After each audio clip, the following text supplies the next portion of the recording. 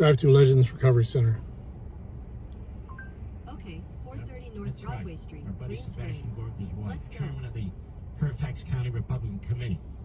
For too long, the DMV did not provide legally mandated data, and the Department of Elections or elect did not demand it. So here you have the bureaucracy that didn't follow up. Purposely.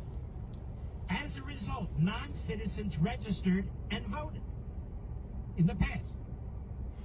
Governor Youngkin is now simply following the law to ensure that Virginia voters are not disenfranchised. Criminal investigation, which is what Liz Cheney was essentially conducting in Congress, which was not her purview at all to be doing this, but she did. And Cassidy was a prime witness. So somebody else.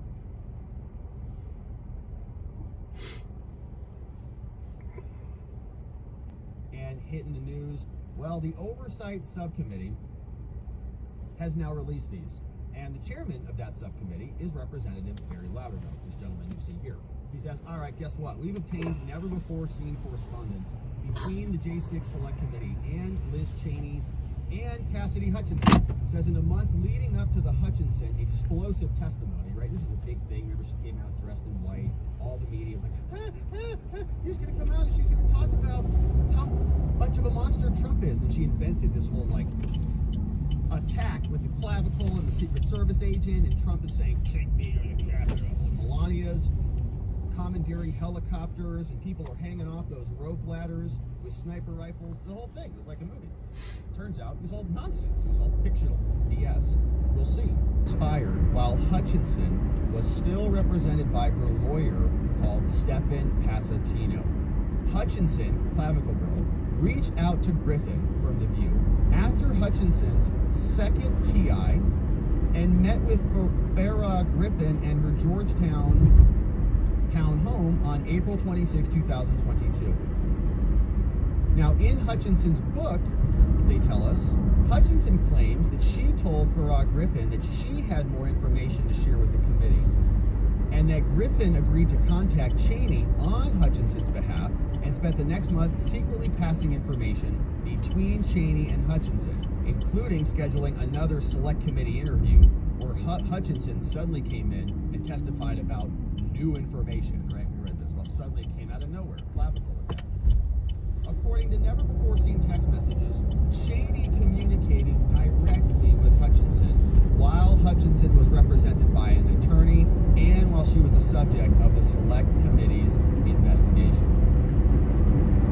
Cheney, as a lawyer herself, knew that talking to Hutchinson was unethical, but she did it anyways. And then after Hutchinson's third transcribed interview, Hutchinson reached out to Cheney directly. The two exchanged numerous messages and calls. I'm sure none of that was recorded or documented for us. Ultimately, then, Cheney gave Hutchinson, clavicle girl, names of attorneys at Alston and Byrd who agreed to represent Hutchinson free of charge. So Cheney says, come over, tell the truth. We'll get you new lawyers that are not in the Trump side. We'll get you a book deal. We'll get you whatever you need, all paid for. You just need to come in and tell the truth. Hutchinson was still represented by Passatino, which Cheney knew. Cheney, it's like if you're representing a client, right? Lawyers out there, you're a defense attorney, you're representing a client, and the prosecutor comes and talks to your client. Oh my gosh. Right, you lose your, maybe your freedom. That's how magical you're looking at, right? Cheney had an obligation to refuse any contact with Hutchinson directly and to maintain the integrity of the investigation. But she did, because she needed something good. She needed a new story. Her narrative was falling flat. Nobody was buying this garbage. So this report comes over from the Committee on House Administration, and they reported this. They say, we've obtained never-before-seen correspondence. In the months prior to this explosive private and public testimony, they communicated through an intermediary, the View gal Griffin. The Select Committee conducted 6 transcribed interviews of Hutchinson in total. So Liz Cheney's, by the way, illegally constituted committee, they formed the committee through a legislative vehicle called H.R. 503. That required 5 Republicans to be appointed to that in order for it to be a full effectuated committee. It never was. They appointed 2. And the minority party was not consulted when they appointed Liz Cheney and Adam Kinzinger. So the whole committee was illegitimate from the beginning. Illegitimate from ground day one. But the media interpreted it as legitimate because they're propagandists, and the Republicans were weak in spreading the narrative or responding to this in any way, shape, or form. Now, the Select Committee conducted 6 interviews of her in total, and then she flipped her story about halfway through. Pasatino represented Hutchinson for the first 3 interviews, and her story was the same. Then, Hutchinson, around April 2022, then she started to talk to Griffin. Following her second transcribed interview, Farrah Griffin and Hutchinson, they knew each other from their time working together in the White House. So like, oh, hey, you backstabbed Trump, so how about I join you? Yeah, come over. Farrah Griffin was one of the first former Trump administration officials to publicly criticize Trump in January and was publicly working with Liz, BFFs. When Hutchinson reached out to Griffin, Clavicle Girl says, I wonder if she'll talk to me. She invited Hutchinson over to her Georgetown townhome to talk. Yeah, why don't you come over here? I'll tell you how it's been for me when I stabbed him in the back. You should do it too. It's great. Everyone loves us. Media. I'm going to get a show on The View. Like, you can't even believe it. I'm going to have book deals. Like, I got more followers than you'll ever know. And Cassidy's just like, wow, that sounds great. Yeah, I'll have another glass of wine. That evening, Hutchinson told Griffin she had more information. She says, well, now that you think about it, I do have another story. I remember Trump grabbed a clavicle in the beast on that day.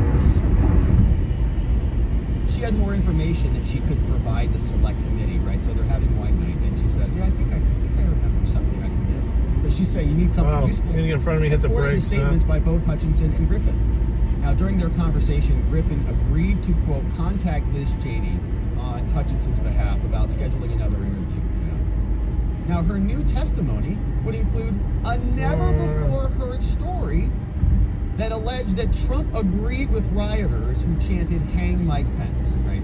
Comes out of nowhere. She just pulls it out. Well, yeah, I did hear that, actually. Trump said, yeah, hang him. According to the text messages, though, that appear to be from the encrypted messaging app called Signal that we have somehow, I don't know how to get them, between Hutchinson and Griffin obtained by the subcommittee, how, no idea. Cheney agreed to communicate with Hutchinson through Farrah Griffin, right? So Cheney's like, I can't talk to you. That's insane. That's like a prosecutor talking to your defense client, which would be lunacy. However, she did. It appears that Cheney, that shows indicia, right? She knew specifically, probably shouldn't have been doing that. That's why she needed to go through a third-party intermediary. It's a guilty mind.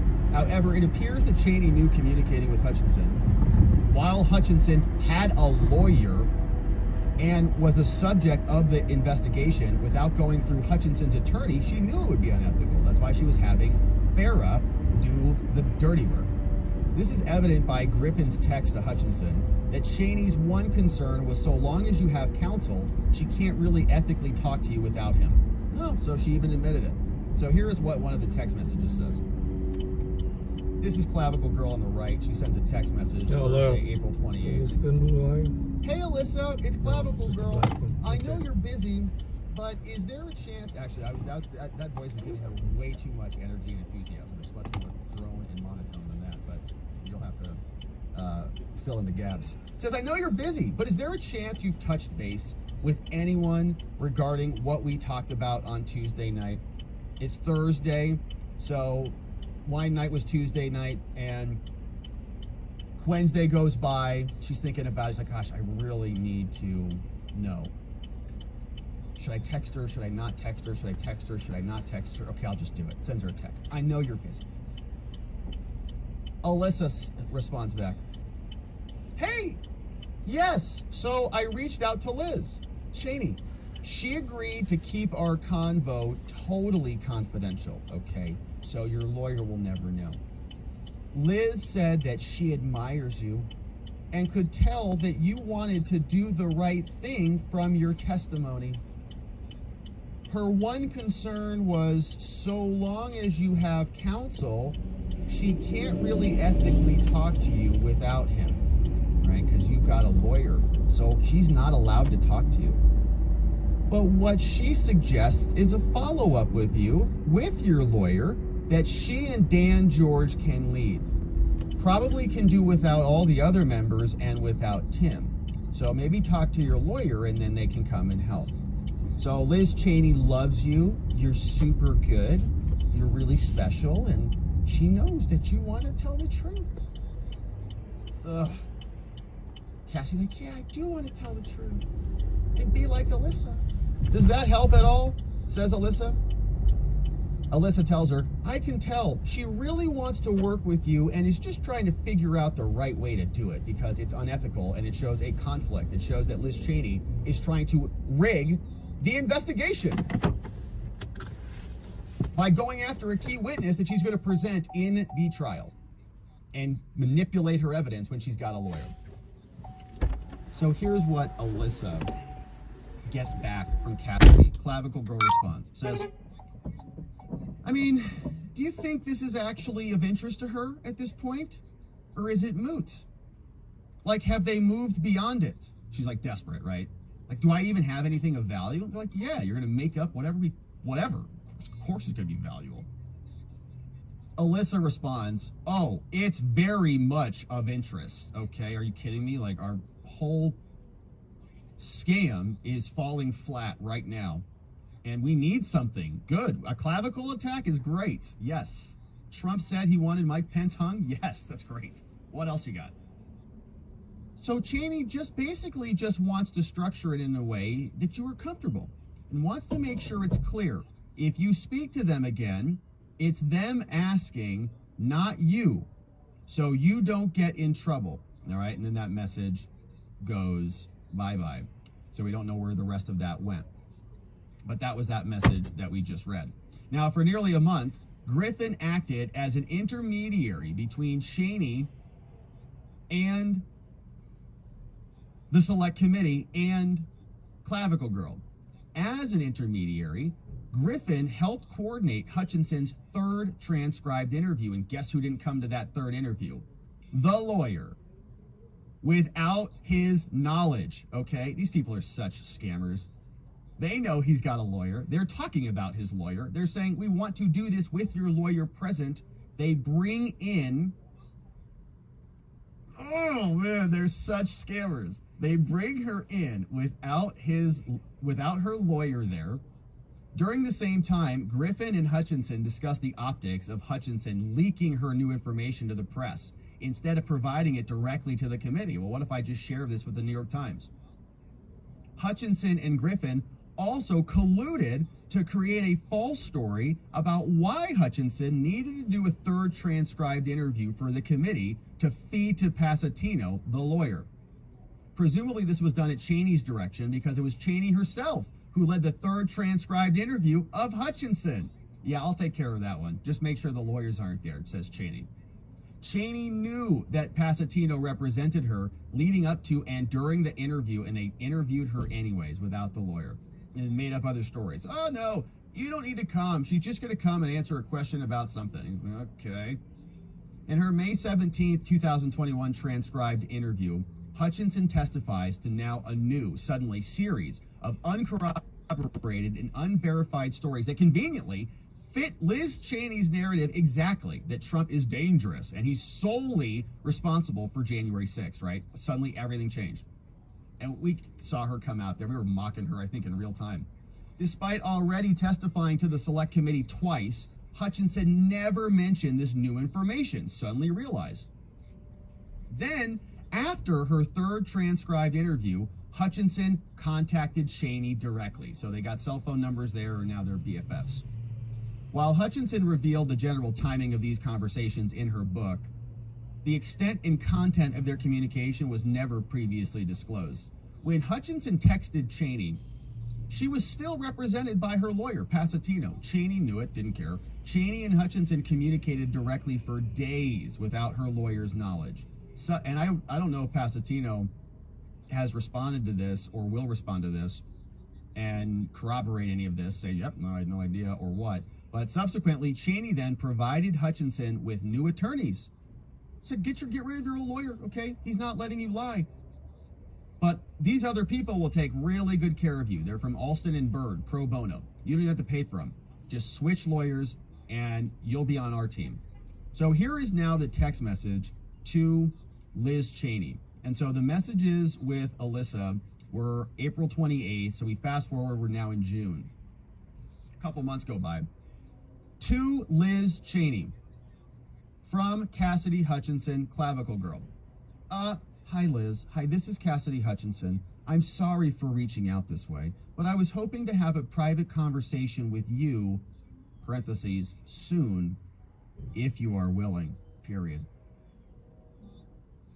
Liz says, I would be happy to. Let me know what time works for you. That was easy. Liz Cheney's like, what? Heck yeah. What's up? So Clavicle Girl says, hey Liz, I'm free all day for a call or in person, whichever you prefer. I really, really appreciate this. What is she so desperate over? What's going on? Is this a money problem? Is this a lawyer problem? What's up? I really, really appreciate. Why? What do you need? Why do you appreciate this? Okay, Liz Cheney should be appreciating you. What is so urgent here? So guess what? He calls her 12:13. She sends a text message at 11:59. Hey, call me whenever. Hey guys, XZ, Pink Taco. Liz Cheney calls Clavicle Girl, doesn't answer it. Maybe she was making up other stories at the time. Busy talking to Alyssa about what they can make up. But anyways, misses the call. Liz Cheney then texts her back and says, hey, give me a call when good for you. At 12:14. Clavicle says back, is now okay at 12:30? She says, sorry, can we aim for 1, says Liz. Clavicle says, that works. I'm sorry I missed you. Then at 1:03, Clavicle says, please call when you have a moment. I'm worried to initiate the call in case you're tied up with something, like trying to rig the country. Liz says at 1:14, okay, we'll call shortly. Sorry, got... Cancel. Roger that. Call probably with your father, Dick. Then they send a message.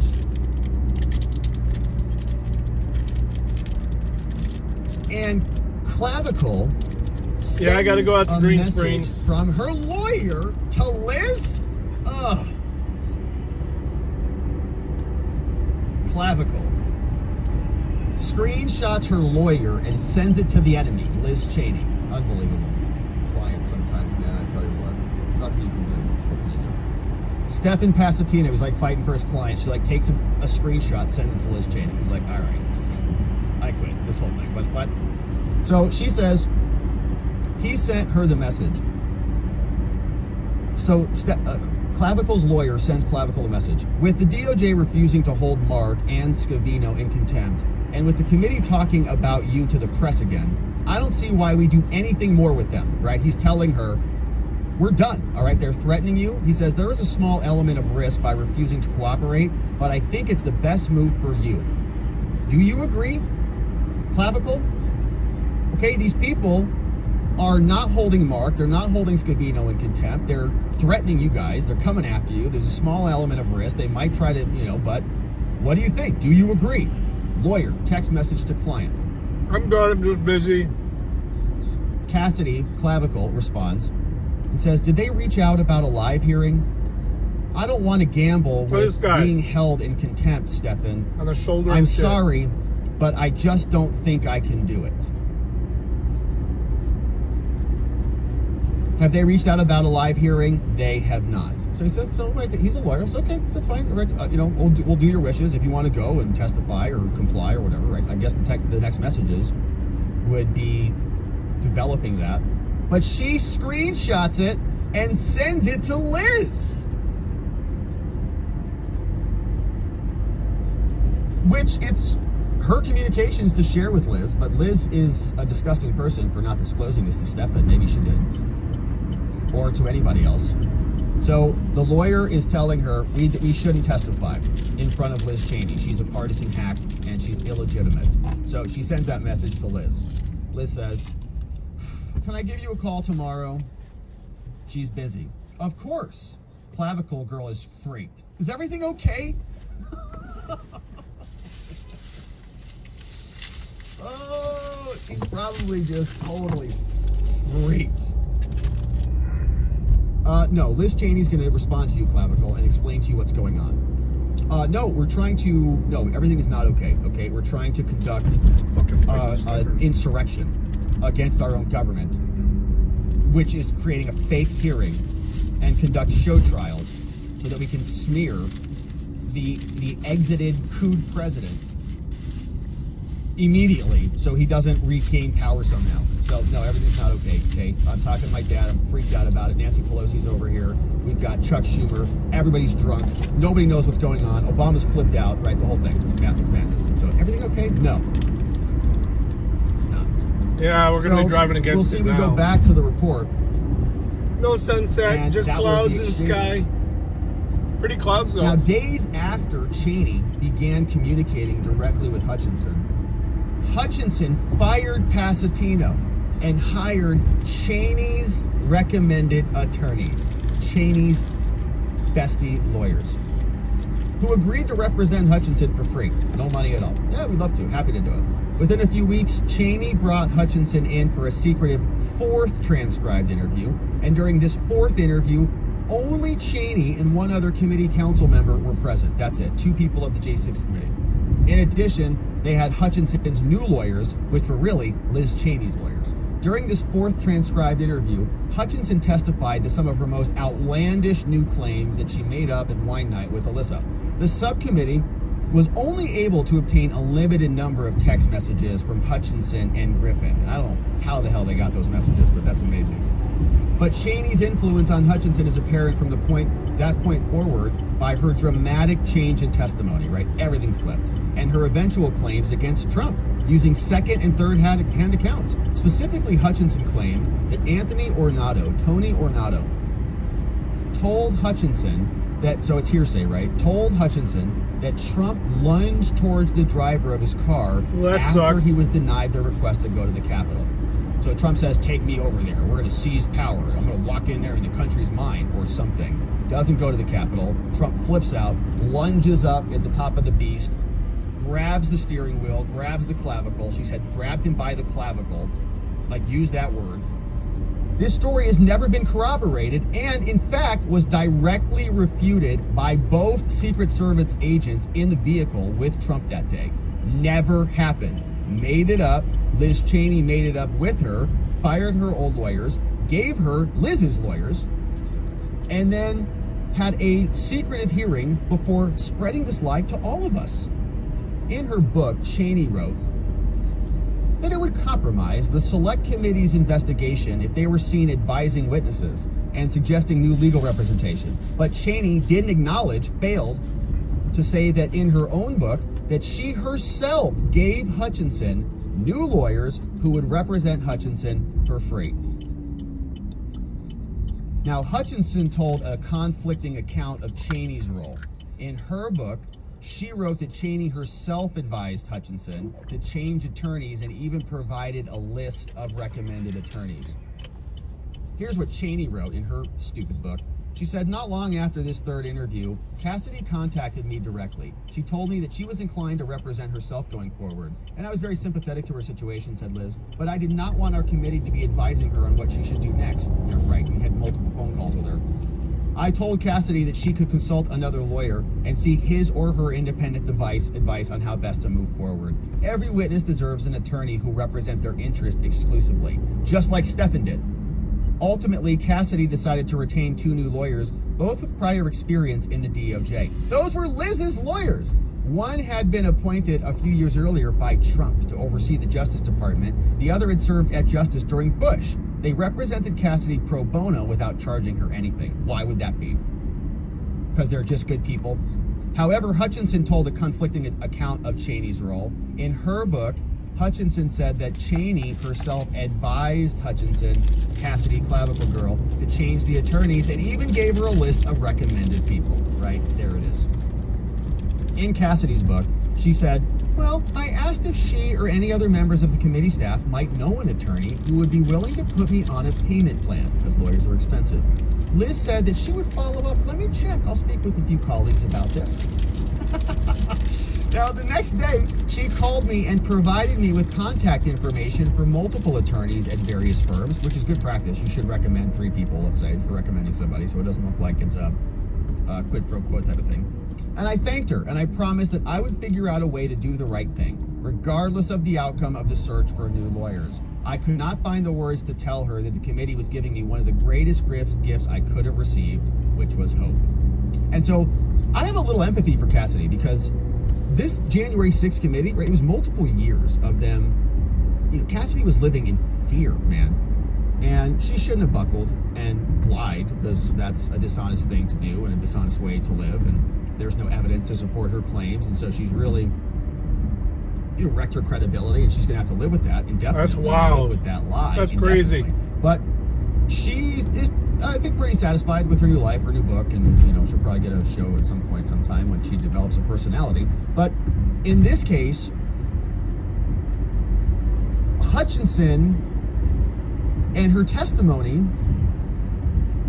was squeezed out of her, right? Think of all the pressure and the threats of jail and prison and all the things, right? So you understand it when people buckle. You wish they wouldn't, but they do. And so she did. Now, we should all observe that, and from that flip, appropriately ascribe the due credibility to that flop as it merits. In other words, 0. It should merit no credibility at all. In fact, she should be castigated and called a liar for that.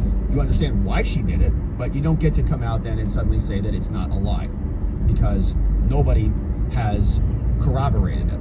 Now, after Hutchinson switched attorneys because Cheney suggested it, the select committee needed to ensure her credibility as a witness and explain why she changed her testimony. And so to do this, they had to smear Pasatino. They meant to withhold information, to misrepresent her testimony, and even that Pasatino, the lawyer, implied that he would help Hutchinson with employment in return for her favorable testimony, right? So now this lawyer's the bad guy. Now, contrary to this, the subcommittee obtained messages between Griffin and Hutchinson, where Hutchinson even admits that Pasatino was acting in her best interest and that she agreed with his counsel, right? So she, at some point, was a big fan of this guy. He cares about me, he's working hard for me, he cares about my best interest, and she agreed with him. Then she is just getting in a pressure cooker, right? And this happens in criminal cases a lot. It's actually a very interesting thing that happens. You'll see people come into the office, we're going to fight this case till the end of the world. Okay, it might take 18 months to fight it. No problem. We'll be in there, we'll fight. Okay, great, let's do it. We're going to file all these motions and get these experts, and it's going to take this time, and this pre-trial is going to be a designated complex case. Well, then, 12 months go by, and it's like just a grind, okay? The justice system is just a grind. 12 months go by, that person who came in 12 months earlier without the energy, all the energy and the stamina in the world to fight, don't have it anymore, all right? Showing up to court once a month for 12 months, having this pressure, could you go to jail or not? What's the plea deal going to be? You get a plea deal, it's not great. Pressure.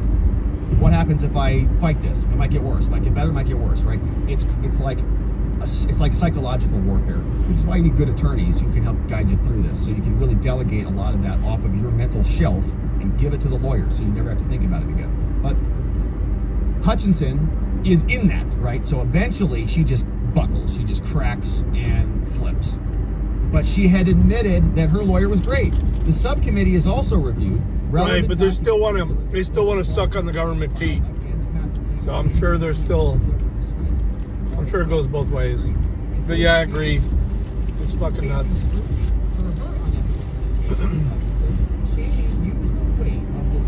What the fuck? No brake lights. No fucking brake lights, dude.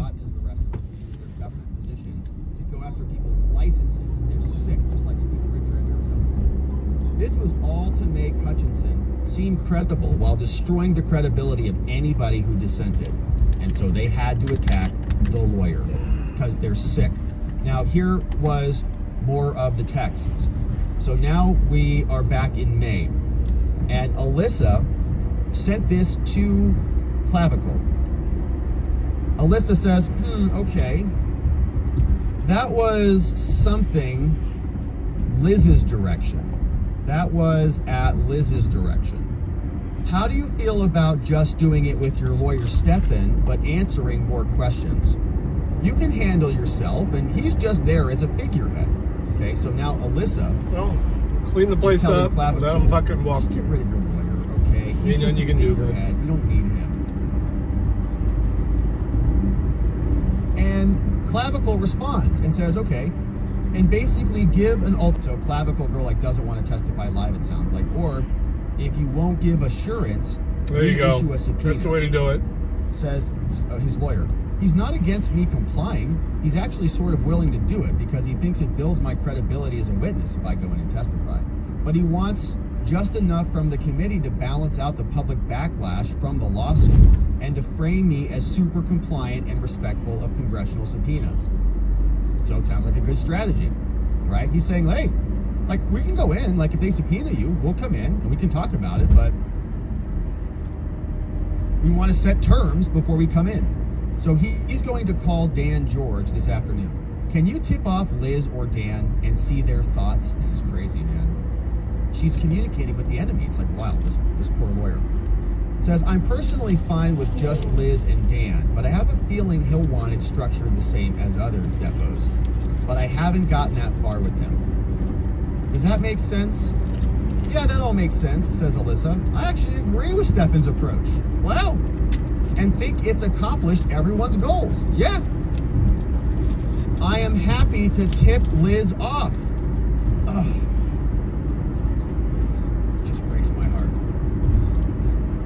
This guy's like fighting. I like my heart's breaking for Stefan. He's like, you're like, dude, really? You're gonna send this to Liz? Like, I'm heartbroken for him. And for what it's worth, I don't think you are close to front in line to testify live, right? They're not going to bring you in live. But it might be worth asking for the commitment. My guess is Stefan cares about protecting Trump. Your issues were more with Meadows and folks around him, and you were simply being ho-eat. Oh, honest. You were simply being ho-eat. I mean, honest. Exactly. He doesn't want me to stonewall the committee now over this. I think he wants to balance the perception in Trump world. If I just go back voluntarily versus under a subpoena, right? So like, she's not going in to cooperate, but if she gets a subpoena, then the Trump side will say, well, she's under a subpoena, right? She's not like voluntarily helping Liz. She got a subpoena, what do you expect? But he's probably going to be a little bit less friendly to DG when he talks to him. He probably won't outright tell him to resubpoena me. So it may be helpful for DG, the other person, to throw in if they do that. Well, if you don't voluntarily come in, we'll reissue a subpoena and then he'll take it. Right? You just So didn't she's hit like your brakes. telling, Yeah, brake lights. giving the other side negotiating tactics to use against her own lawyer. That's exactly what this is, actually. Shows the collusion So the report continues. that Liz Cheney did with a bunch of the witnesses. Select committees sensationalized primetime hearings. Hutchinson was their star witness. They got these texts off of Signal, She saw and heard about Trump in here. She didn't which see is like it. Telegram. It's supposed to be encrypted. You're not supposed to be able to pull it back up. Presidential SUV and got in a physical altercation. That's how with stupid the they are. committee, with the Secret Service driver. Now, their subcommittee's initial report shows nobody corroborated this. Instead, they directly refuted it. The committee was in possession of those accounts, but they chose to hide them, and instead they promoted Hutchinson's scandalous lie, because that's what they do. And this is from the actual report that was released by this House, 39-pager. It says the testimony of 4 White House employees directly contradicts claims made by Cassidy. That was included in the final report. None of the White House employees corroborated Hutchinson's sensational story about Trump lunging for the steering wheel of the beast. And remember, Hutchinson just heard about it. She didn't see it. And that was good enough for them. However, some witnesses did describe President Trump's mood after the ellipse. So it's improbable that other employees would have heard about the move, right? So everybody's hearing about the same things, but only one person heard about the clavicle attack. No one heard about Tony Ornato or the White House Chief of Staff for Operations told her after returning to the White House. But the committee said it regarded it as valid. It had no reason to conclude that she invented this, shoved it in the report anyways, because they're lying propagandist hacks. And so Trump was out today with Bloomberg talking about January 6th, and as usual, the interviewer is going hysterical about January 6th. Well, Signal anybody can use. Nonstop. Pedos use it all the time. They are laughing. They're trying to hide their tracks. Because they're tired of this insurrection fake narrative. It's not reality. It didn't happen the way they... Well, you had a peaceful transfer of power. You had a peaceful transfer of power. You had a peaceful... Come on, President Trump. You had a peaceful transfer of power compared with Venezuela, but it was by far the worst transfer of power for a long time. Thank you. I appreciate that, because this is what they like to do. This is what they like to do. The question, President Trump, is would you respect the decision? When I found out about this interview, I did a little check. He's a man that has not been a big Trump fan over the years. So I had a choice. Do I do this interview or not? I'm glad I did it. But do I do this interview or do I disappoint a lot of people? Because I know a lot of people in the audience. But his view is very different. I just had a Snickers. I'm good. I had a good lunch. I had some nice bowl of chili for lunch. Peacefully and patriotically. These were people. If you think an election is crooked, and I do 100%, if you think the day it comes when you can't protest, you take a look at the Democrats. They protested 2016. They're still protesting, and nobody talks about them. But if we protest, we want to have honest elections. They protest everything. Hillary's still crying about it. The Russians in 2016. They were crying when George Bush won. Stacey Abrams cried about when she lost. It's constant. So the Republicans complain about CIA rigging it, the FBI censoring us, all the rules being changed on the back of COVID, and many other problems. And suddenly, it's an insurrection. Even though there's video montages of Hillary Clinton whining about it for 20 minutes that Russians stole the election. You just finished some chili yourself? That's cool. Out there, getting into a cop up here. I guess slow down. You heard the crowd there. The crowd at the Democratic Party prosecuting him 4 times in 4 different locations that he's going to win and do it. All right. And so now let's turn our attention over to Fannyland, because we're going to Georgia. Oh, it's the gift that just keeps... And Fanny did not want it to happen, and we're going to wait for the details to see what the full depot looked like. Hopefully when the House releases the transcripts, a message of love. Oh, so romantic. Speaking to any of our highly sensitive and confidential materials. Otherwise, you're sleeping on the couch when you get home. And so Fannie Willis also sent another one. But Jim Jordan also got one. And we'll see what Fannie said over to him. Then we've got some more updates in Georgia. But here's the background. Apparently Nathan Wade showed up today. There was a question about whether that was going to happen or not. He got a subpoena and he was there. Wade is the subject of one of many investigative threads that was launched. And ahead of his testimony, Fannie sent a bunch of letters out. Now, apparently this took place today, and not much in this story about what actually happened there. But he did step down, and he did appear for a deposition. That's the extent of it, right? He appeared for a deposition. So what was said there, who knows? The story didn't report anything on that, but Fannie didn't want him to say anything and sent 2 letters in. So from Fannie Willis to her lover, Mr. Nathan Wade, Fannie writes, "Dear Mr. Wade, baby, I write to you in my official capacity as DA." He's like, wait a minute. We're keeping it professional here? Don't get, I love it when you get all serious with me. And on behalf of my office regarding a recent subpoena you got from Jim Jordan. Now, as you know, Nathan, I hired you and paid you $700,000 to interfere with the 2024 election in America. That investigation led to the indictment of Trump and many others that we have rigged to take him out. So she says, I write to remind, I might have changed that paragraph up a little bit. I write to remind you of your continuing obligation not to disclose, Nathan, don't you dare say any confidential information about what we did during our lunch meetings together. You better not say what our work product was. You're in big trouble, because these are ongoing criminal matters on which you worked while you were working for me, including information that's protected from disclosure. And don't share the photos I sent you either.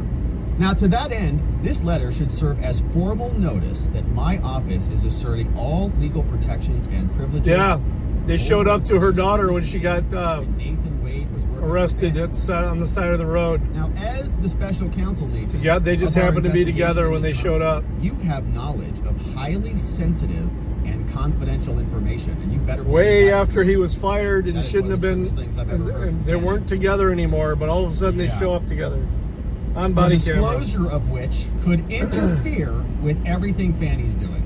So do not release those photos. This includes knowledge of key evidence, confidential attorney communications, legal theories, analyses, prosecutorial recommendations, and other things. So given this, Fanny says, Fanny is concerned that questions posed to you, Nathan, honey, by the committee could implicate several significant established privileges and confidentiality agreements.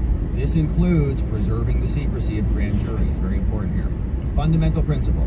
And so they would also ask you about our attorney-client privilege and our very Red and long purple lunch night meetings. tonight. Skies And are work red and product purple. privilege when he came over to review her files.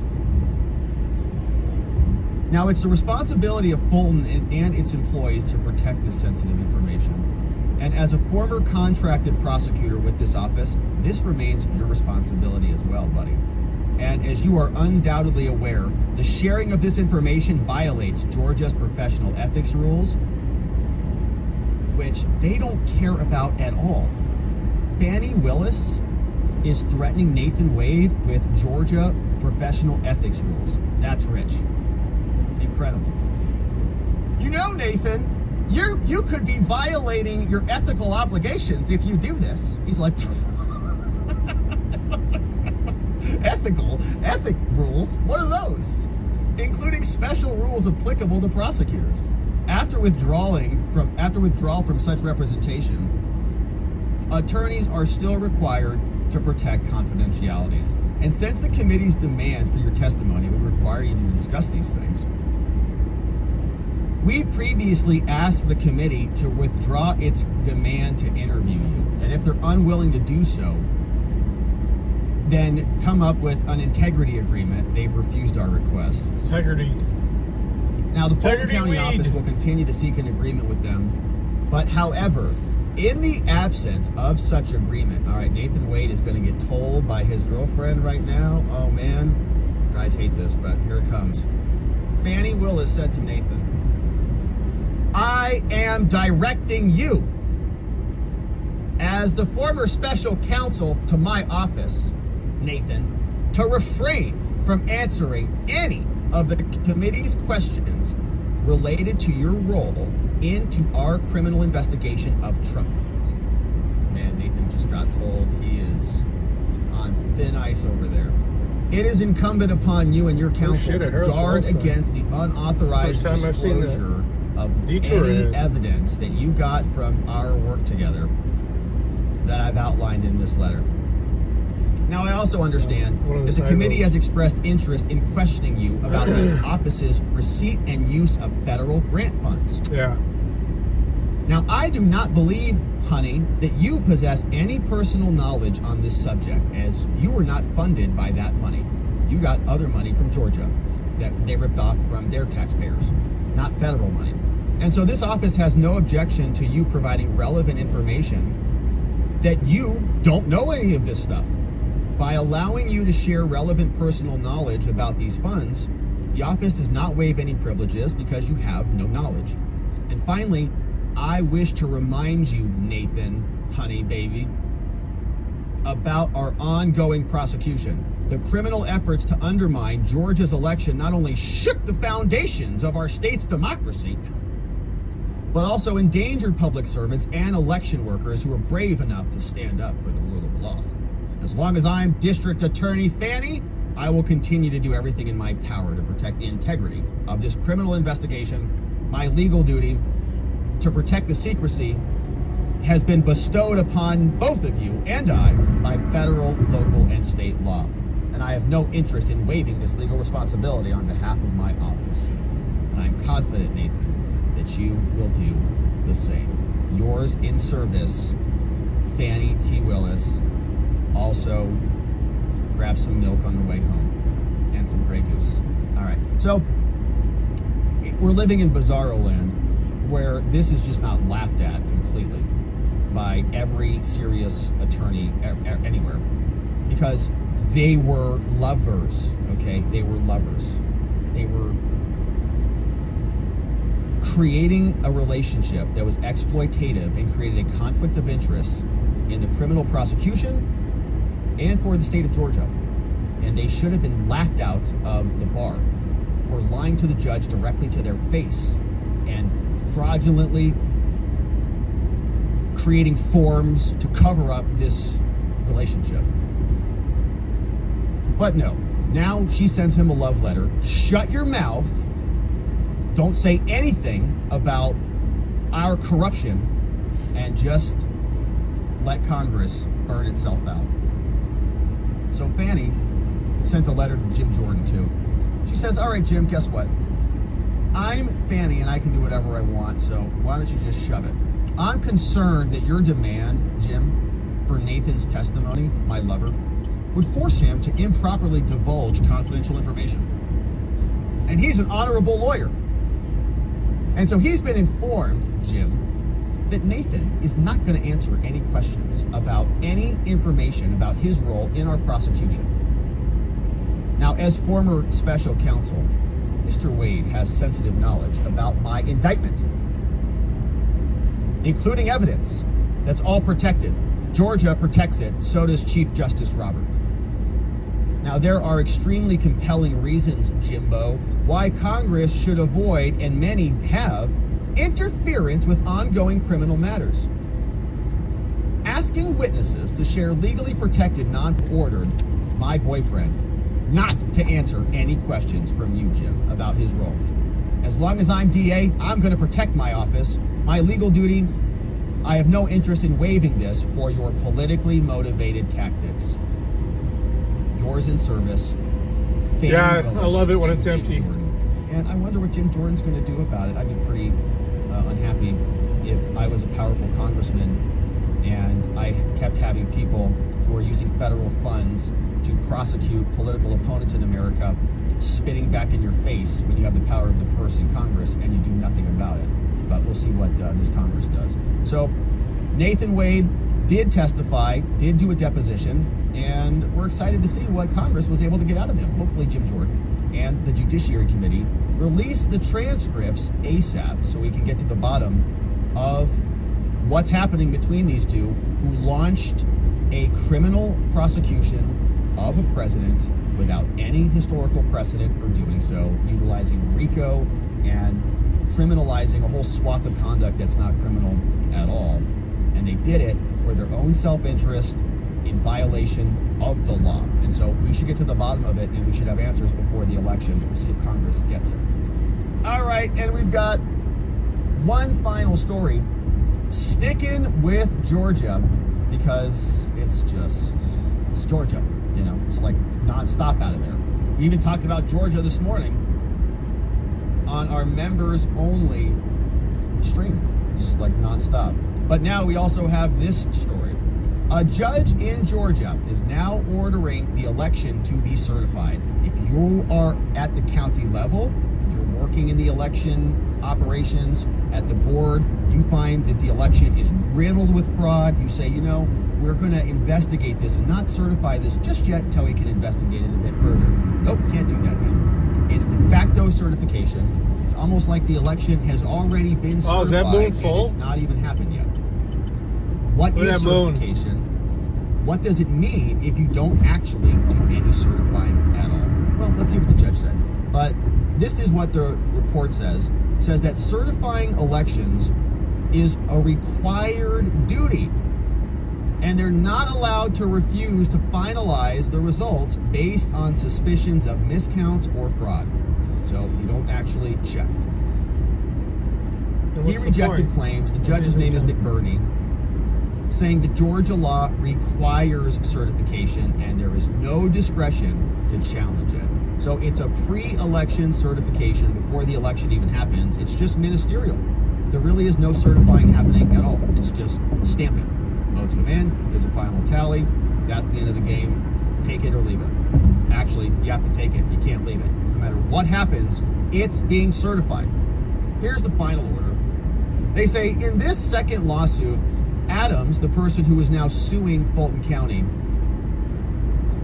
is a member of the Fulton County Board of Registration and Elections. She is seeking a judgment that her duties, including certification of the election results, are discretionary, and that as a superintendent, she's entitled to, quote, full access to what she identifies are election materials. Now, they had a bench trial in a couple of other cases, and by the way, just zooming out on this, we talked about a few of these Georgia lawsuits here, but there is a slew of them. There's like 7 or 8 of them that have been filed very rapidly, all suing the Georgia State Election Board and many other entities. Now, on October 1st, the court held a bench trial on their claims, and having considered the record, among with many other briefs that were filed, Georgia grants and denies in part the relief that is being pursued. The claim is brought. They say there is standing here. And let's talk about the controversy. Put in plain terms. Here's the breakdown. They say the person suing is saying that it is proper for her as a co-election superintendent who has taken an oath. I swore an oath. My oath is to prevent any fraud, deceit, or abuse. Yep. To exercise discretion in certifying the election. A conclusion, which is, if correct, would allow her to refuse to certify But if she ultimately, it's believes the the Supreme Court that decides. Look at those or clouds to not the left. Man, sufficiently they're like reliable wicked. to merit certification. They look wicked. And yet plaintiff has been threatened with civil litigation and even talked about being referred for criminal prosecution if she does not auto-certify the election results. Right? People are saying you don't have a choice. You better certify that. So when you fill it with a bunch of fake ballots and you catch it, tough. You have to certify it anyways. Outcomes which may be entirely appropriate if the superintendent's role in certifying the results is mandatory and she fails to do so. Right? So we need to know, what do I do? Her demand for a declaration must be met so that she and others know their authority. So the judge breaks it down. Now, although the right to vote is fundamental, forming the bedrock of our democracy, he quotes a case, it is also clear that states are entitled to broad leeway in enacting reasonable legislation to make sure elections are conducted appropriately. It needs to be reasonable, even-handed legislation. And however, the certainty of the electoral process that these laws have long brought to Georgia's voters has begun to unravel as key participants in the state's election management system have increasingly sought to impose their own rules and approaches that are either inconsistent or flatly contrary to the letter of these laws. This case is one of those instances, says the judge. Now, election superintendents play, and this is happening all over the country, and by the way, this is largely being carried out by Democrats. Just look at the people who are changing the election manuals to support their efforts, like not checking to match ID numbers on UOCAVA ballots in Pennsylvania, just one example. Election superintendents play a central role in election management, says the judge. The importance of their position is matched by the scope of their authority. Here's what they do. They decide the sufficiency of nomination petitions, they publish notices, they select polling places, they equip polling places, they appoint poll workers, they do a bunch. In other words, superintendents and their staff are rule writers, they're personnel trainers, they're managers, they're logisticians, they're marketers, they're accountants. Much of what they do is left to their broad discretion, but not everything. Some things an election superintendent must do, and must do in either a certain way or by a certain time, and they have no discretion to do otherwise. So they can do a bunch of things, like all this stuff, right? Review and certify election results in their jurisdiction. It's part of their responsibilities. And certification is one of those things. Yeah. Now, after the polls close on the day of the election, Georgia law, they write, Yeah, says they spout up on Lake Erie quite superintendent often, actually. shall publicly commence the computation The right conditions. and canvassing of the returns. Shall. It's so shallow. They happen a lot. Computation and canvassing. Now, the superintendent has the discretion to do this canvassing. where Depending she on the time of year, the water will be warmer, so But do they it, fire she up must. pretty easy. And when done, when she is done, about 7 she minutes left till shall we get there. tabulate the figures for the entire county, municipality, and sign, announce, and attest the same. So, right, that's the Georgia law. They're saying it says you shall publicly begin the computation. And when you're done, you shall tabulate the figures and attest the same. Now, in performing this computation, so they're saying so it's mandatory, right? They have to return a result. Now, in performing this computation, it says the superintendent must, in the language shall, must compare the returns with the number of voters in the precinct and the number of votes cast. This is not an optional task. The superintendent has a statutory obligation checking, free to ignore. Fanny! So, if you find fraud, give it to Fannie Willis, who is a fraud. Finally, and commits frauds on her own people. Now, finally, no matter how many poll workers she appointed, what polling places she designated, what advertisements she posted, what training she gave, what color ink she used, all of which are discretionary acts of the superintendent, she shall certify her election not later than 5 p.m. That's what the law says. And there's nothing in the code or any case that suggests otherwise. It says that she must certify, and she must do so by a time certain. There are no exceptions. While the superintendent must investigate concerns about miscounts and must report those concerns to a prosecutor if they persist, the existence of those concerns, if this person has doubts, if they have worries, we still don't cause delay or decline certification, so you're not actually certifying anything, right? You're just kind of processing the results. I already ate it. It's a misnomer of a word. I had it for lunch. That is simply not an option for this ministerial function in the superintendent's broader portfolios. This conclusion is not profound. It kind of is, because it means that the election is already valid, even though we haven't had it. It's already certified as valid. It depends. Some years right are now. really bad, some years are not. Last year was very but we mellow. cannot reach a different outcome other than the election was valid and certified. Last year was super mellow. It says a discretionary Well, act. 3 years ago, it was discretion. super bad, though. We couldn't even get out of the driveway. Georgia have a fixed obligation. I had to call to have certify somebody dig us election out. results. So when 2024 happens, comes and goes, and somebody says to you, yeah, but they certified it. You just, well, they have no choice. So it's like, they were ordered to certify it. So if it's a free and fair election, because a bunch of people in multiple counties investigated. Just depends on how much lake certified it. effect we get. No, they didn't. There was no certifying happening at all. Okay? The judge admits it's a ministerial function. Lake Erie is just So like if it's 10 miles filled with north of here. fraud or whatever, it doesn't matter. You still have to approve it. And if there is fraud, all you have to do is just send it over to Fannie Willis, okay? And she'll investigate it. So, it's all taken care of. Stop your complaining about it. What may confuse the issue for some superintendents is that so much of their role is indeed discretionary.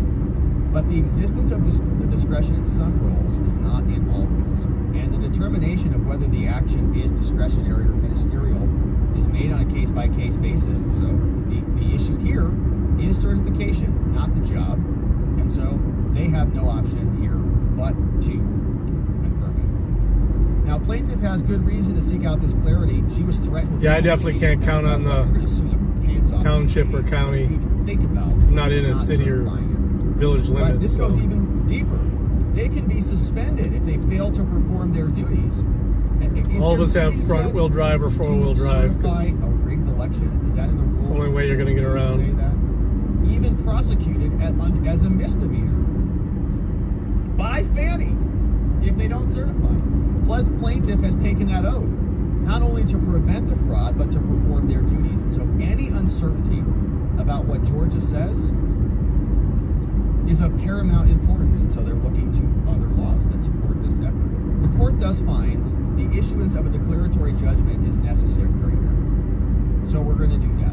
An election superintendent role, the court now orders, is in certifying the results. And by the way, this is not, it's not really certifying anything, just to be clear. They're not like validating anything or checking anything. They can check and investigate it and report it, but then they just stamp it. Whatever comes through, right? If it's a conveyor belt and you have a bunch of bad products that come off, you kick them off the assembly line. Doesn't happen here. One county comes back with fraud, doesn't matter, count it. It is ministerial, even though many other aspects of her position are discretionary, except that one thing that's very inconvenient for us. Regardless of the characterization of the role,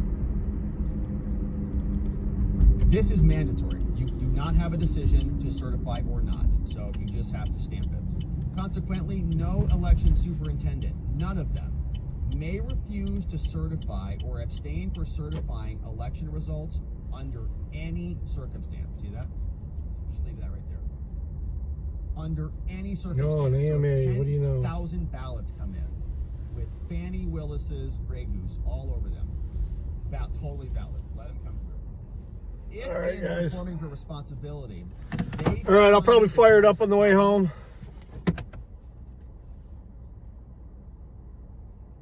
Let's see. See you in a bit. Probably a few hours. We'll see how long it takes. I got a lot to do. I don't know if I'm going to get it all done tonight. It says the conduct of the primary